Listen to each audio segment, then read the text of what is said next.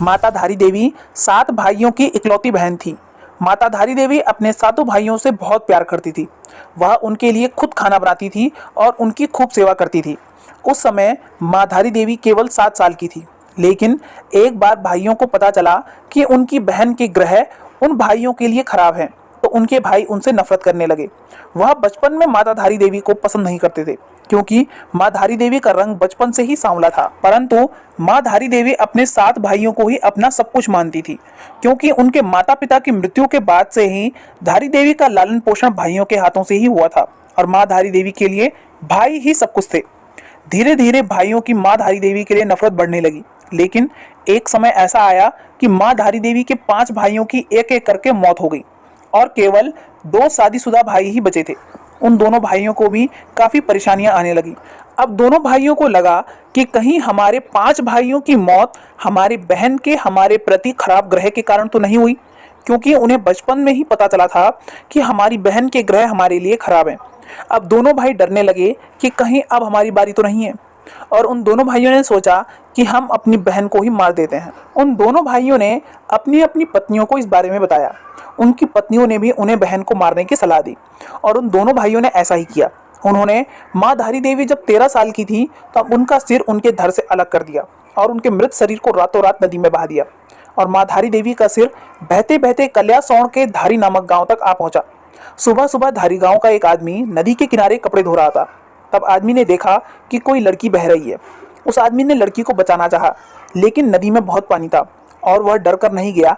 उसने सोचा कि कहीं मैं खुद न बह जाऊं। लेकिन अचानक एक आवाज आई कि तू घबरा मत और तू मुझे यहाँ से बचा, और मैं तुझे ये विश्वास दिलाती हूँ कि तू जहाँ जहाँ पैर रखेगा मैं वहाँ वहाँ तेरे लिए सीढ़ी बना दूंगी। कहते हैं जब वह आदमी नदी में लड़की को बचाने गया तो सच में अचानक एक चमत्कार हुआ। जहाँ जहाँ उस आदमी ने पैर रखे वहाँ वहाँ सीढ़ियाँ बनती गई।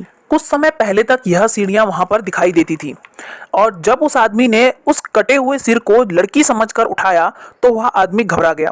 वह जिसे लड़की समझ रहा था वह तो एक कटा हुआ सिर है। फिर उस कटे हुए सिर से आवाज आई, तू घबरा मत, मैं देव रूप में हूँ और मुझे एक पवित्र सुंदर स्थान पर एक पत्थर पर स्थापित कर दे। और उस आदमी ने ऐसा ही किया जैसा जैसा उस कटे हुए सिर ने कहा। वह आदमी समझ गया था कि यह एक देवी ही है। वह किसी चमत्कार से कम नहीं है कि कोई कटा हुआ सिर आवाज दे, उस आदमी के लिए सीढ़ियां बनाए, उसे रक्षा का विश्वास दिलाए। जब उस आदमी ने उस कटे हुए सिर को एक पत्थर पर स्थापित किया तो उस कटे हुए सिर ने अपने बारे में सब कुछ बताया कि मैं एक कन्या थी जिसे 2 भाइयों ने मिलकर मार दिया। यह सब बताकर उस कटे हुए सिर ने एक पत्थर का रूप धारण कर लिया।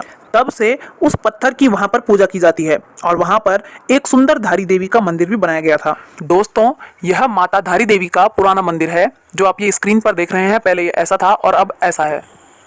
और जो उस कन्या का धड़ वाला हिस्सा था वह रुद्रप्रयाग के काली मठ में माँ मैठाणी नाम से प्रसिद्ध हुआ।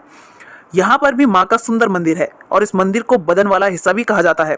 काली मठ भारत में 108 शक्ति स्थलों में से एक है। धार्मिक परंपराओं के अनुसार काली मठ एक ऐसा स्थान है जहां देवी काली ने रक्त बीज नामक राक्षस को मारा था और उसके बाद देवी मां पृथ्वी के नीचे चली गई थी। शक्तिपीठों में काली मठ का वर्णन पुराणों में भी मिलता है। कहा जाता है जब कोई व्यक्ति यहाँ पर सच्चे मन से आता है तो उसकी सभी मनोकामनाएं पूरी हो जाती हैं। एक कहानी के मुताबिक कहा जाता है कि माँ धारी देवी अपने मंदिर में एक दिन में 3 रूप बदलती है। सुबह छोटी बच्ची, दोपहर में युवती और शाम को वृद्ध रूप में दिखती है। केदारनाथ में आपदा आने का कारण माना जाता है जब रुद्रप्रयाग में स्थित केदारनाथ मंदिर के आसपास 16 जून 2013 को शाम 8 बजे आई आपदा ने मौत का तांडव रचा और सब कुछ तबाह हो गया, केवल केदारनाथ मंदिर को छोड़कर। यह सब माँ धारी देवी के क्रोध से हुआ था। कहते हैं जब सरकार के आदेश के अनुसार 303 मेगावाट की जल विद्युत परियोजना के लिए रास्ता बनाने के लिए माँ धारी देवी को उनके मूल स्थान से स्थानांतरित कर दिया था तो माँ धारी देवी को अत्यंत क्रोध आया, जिससे कि केदारनाथ के आसपास सब कुछ तबाह हो गया। जबकि पूछताछ में पता चला कि आपदा आने के 2 घंटे पहले मौसम सामान्य था। कहा जाता है कि यहाँ के एक स्थानीय राजा ने भी 1882 के दौरान माँ धारी देवी को उनके मूल स्थान से हटाने की कोशिश की थी और उस समय भी केदारनाथ में भूस्खलन आया था। माँ धारी देवी मंदिर के पुजारियों के अनुसार मंदिर में माँ काली की प्रतिमा द्वापर युग से ही स्थापित है। कहते हैं कि धारी देवी मंदिर में माँ काली की प्रतिमा शांत मुद्रा में है। माँ धारी देवी मंदिर की विशेषताएं।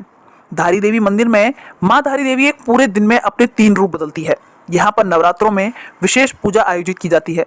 मंदिर में हर साल चैत्र और सर्दीय नवरात्रों में हजारों श्रद्धालु अपनी प्रार्थना को पूरा करने के लिए दूर दूर से आते हैं।